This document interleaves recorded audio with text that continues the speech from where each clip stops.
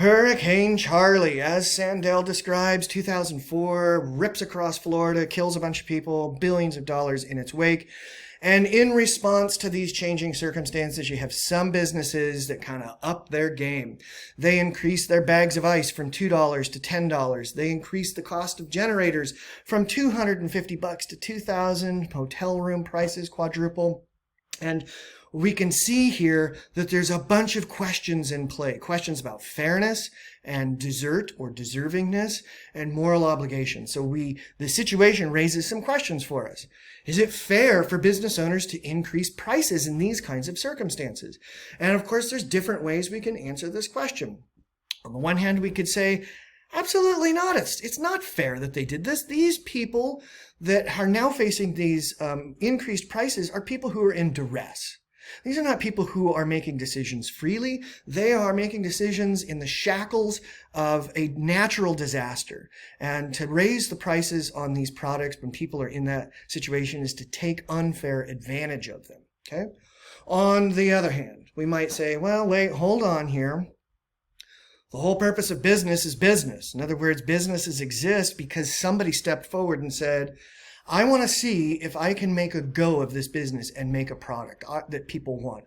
I want to see if I can have a product that has an increasing demand over time. And I'm going to take this risk knowing that most businesses fail because maybe I can pull this off. And so now what I do is I see that this natural disaster hits, and that guy over there who sells ice has raised his prices to $10, and I'm still selling mine for $2. And if I sell mine for $2, everybody's going to buy all my ice out. And then they're going to wind up at that other guy anyway. So I'm going to raise my prices to the same price as that guy. And that way, we're going to have the same price for bags of ice. Yes, it's inflated, but this is going to prevent people from abusing or using frivolously this now super valuable resource called ice. Because if a bag of ice costs $2, you might not treat it as carefully as if it cost $10. Okay, so that might be one way we'd fall down on the other side of the argument. We might also ask this question: is each Floridian equally deserving of these basic resources like food, water, shelter? And again, we can answer and we say, yeah. By virtue of the fact that they're a human being, they deserve these things. They deserve these basic things that they need in order to survive. And somebody's obligated to provide them with these things. They're so deserving that somebody is obligated to provide them these things. On the other hand, we might say, well, wait, hold on here. Let's say you have one person who decided, Florida, hurricanes, not unheard of.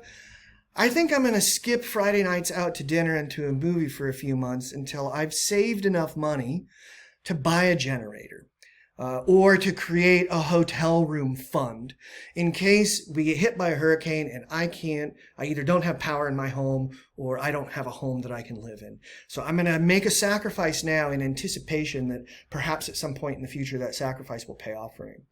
Whereas somebody else said, give up Friday night out to dinner and to a movie? No way. I got to live now. YOLO. We got to do like Friday night dinners and movies every Friday night to have a happy life. And I'm not saving for the prospect of a hotel room sometime in the future or the need for a generator sometime in the future. I'm living now. And I know what you're thinking. You're thinking, hold your britches there, dude. There are some people that don't get to go out to dinner and to a movie on Friday nights because they don't have enough money. And if they don't have enough money to do that, they don't have enough money to start creating these special savings accounts to buy a generator or have a hotel fund in anticipation of a future need. These are people who are living kind of month to month on barely surviving, maybe not even quite surviving on what they make. Fair enough. Well, it would seem like that person might be more deserving, this argument could go, that person might be more deserving to have these things provided for them than the person who just decided to not prepare when they were able to do so.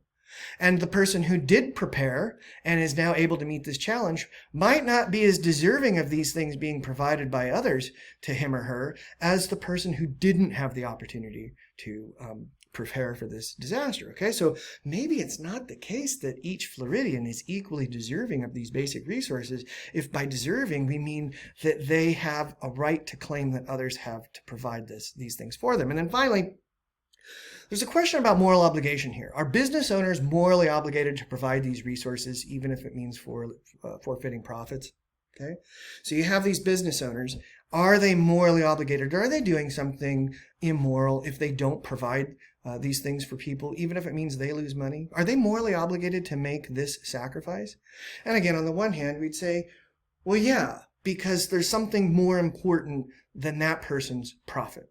And that is the well-being of these victims of this hurricane. So even though it sucks, that business owner has to make the sacrifice for the benefit of others. And then on the other hand, maybe somebody else steps up and says, whoa, whoa, whoa, whoa.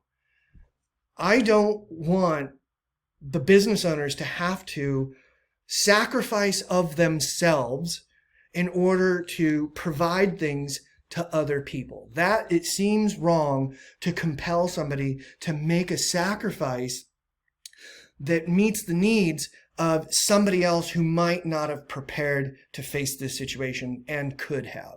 So it's not morally obligated that the business owner make a sacrifice in order to compensate for the lack of planning on somebody else's part. Now, on the other hand, we might step in and say, well, wait, hold on here.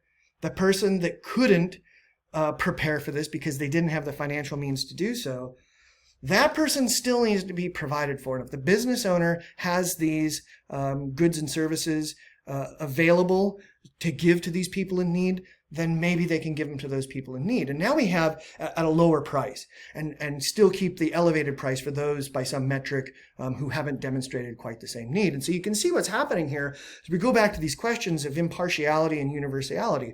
Are we treating all of the people the same way in this same circumstance unless there's a morally relevant distinction to avoid doing so? And you can see it gets kind of complicated as we start thinking about all of the different people who are at issue in this ethical dilemma.